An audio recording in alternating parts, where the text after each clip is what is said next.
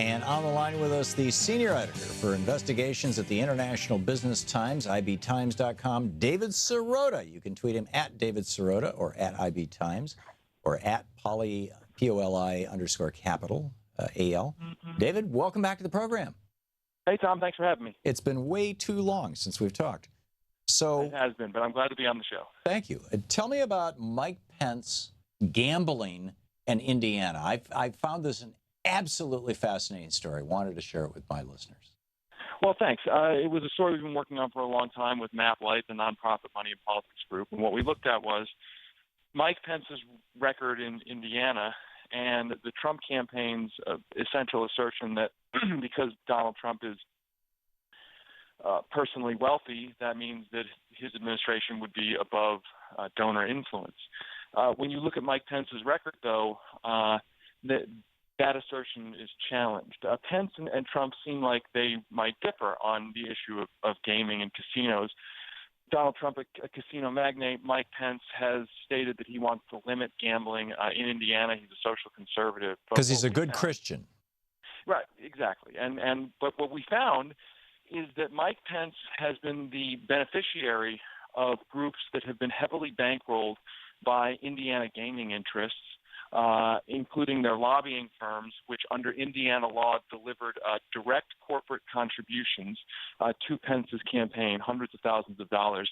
It's an unbelievable law in Indiana that allows LLCs to just cut unlimited checks. That's to legal? lobbying firms. Yeah. You can buy a politician in Indiana?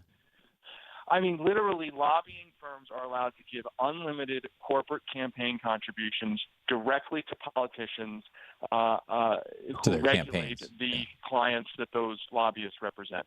So what we found is that $2 million, really more than $2 million, of gaming industry cash went to groups like the Indiana Republican Party, the Republican Governors Association, that supported Pence, as well as from gaming industry lobbying firms to Pence directly.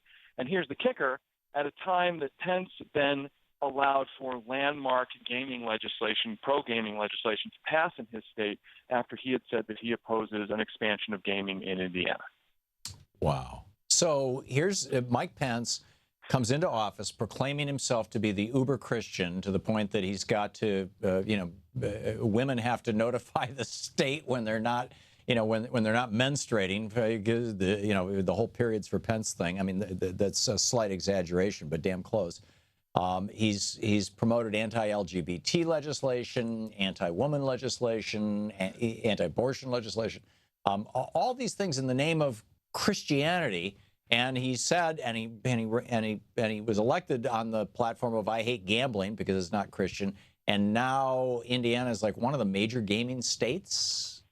Right, that's right. It's the fifth largest gaming state in America, and our story tracks how the cash came in, and Pence, he sort of explained, I didn't expand gaming, I simply supported the industry. So he's tried to take this middle ground position. But the point is that the Indiana gaming industry got a huge amount of legislation that it wanted from Pence as this money flowed in. The other part of this story, of course, is that Indiana has very strict, or it's supposed to be very strict, laws on its books, anti-corruption laws that specifically are designed to prevent gaming industry donors from giving money to public officials. And the idea is that gaming casinos have a long history of political corruption. There's about 6 or 8 states that have such contribution bans. Those obviously were evaded. And there's another story about this at the lottery, too, which is also worth mentioning. Same campaign contribution restrictions for lottery contractors. Pence comes in. He amends a private state lottery contract with a contractor to effectively help that contractor make more money off of Indiana, even though the contract wasn't hitting revenue targets.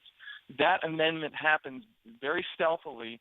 Roughly 3 months afterwards, the lottery firm is dumping a huge amount of money into the Republican Governors Association that supports Pence's elections and that Pence is serving on the executive committee of. Wow.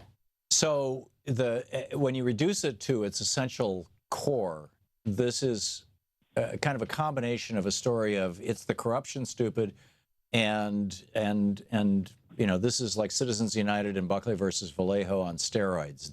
The Supreme Court doctrine that there's nothing corrupt about wealthy people or wealthy corporations or wealthy interests buying politicians. And in this case, Mike Pence was perfectly willing to be bought, apparently. Well, look, who knows if there was a quid pro quo. What we know is that Mike Pence said he was against growing gaming in Indiana. Comes into office, a flood of gaming industry cash is supporting him from the lobbying firms and from the casino industry itself. And suddenly he is allowing to pass major gaming casino legislation, by the way, over the opposition of conservative Christian groups and the like. And so, Trump campaign has gone out there and said, we're above donor influence.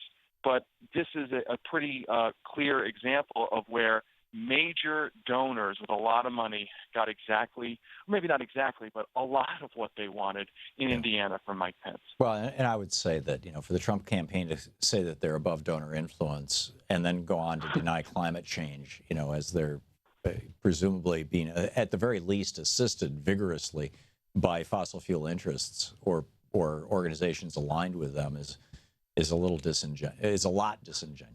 I mean, Trump was making all these claims early on, but certainly. I mean, I would encourage people to take a look at this story at ibtimes.com. Right. And here's the thing. I mean, the amazing thing, and I've done a lot of campaign finance reporting, is to see that lobbying firms representing corporate clients in Indiana are allowed to make unlimited campaign donations to politicians. And the amazing thing is that the interpretation of the law is that the law does limit corporations from giving to about $5,000. But there's apparently a loophole in the law that says if you're organized as an LLC, because the law is effectively silent on LLCs, the state has decided to say that LLCs can give as much as they want to whatever political committee they want. Wow. LLCs being limited liability corporations. Right. It's just another form of incorporating that right. is sort of like a sub-S corporation, a very easy one to pass money through directly to a person's bottom line. From their business. It's remarkable stuff. David Sirota, you are brilliant as always. Senior editor for investigations at the International Business Times. You can read the article at ibtimes.com. Pence bet big on gaming after big donations is the title. And thank you. Thank you so much, David. Thank you. Thanks, Thom. Great to talk to you. Keep up the great work. Good talking with you. We'll be back. It's coming up on 15 minutes past the hour.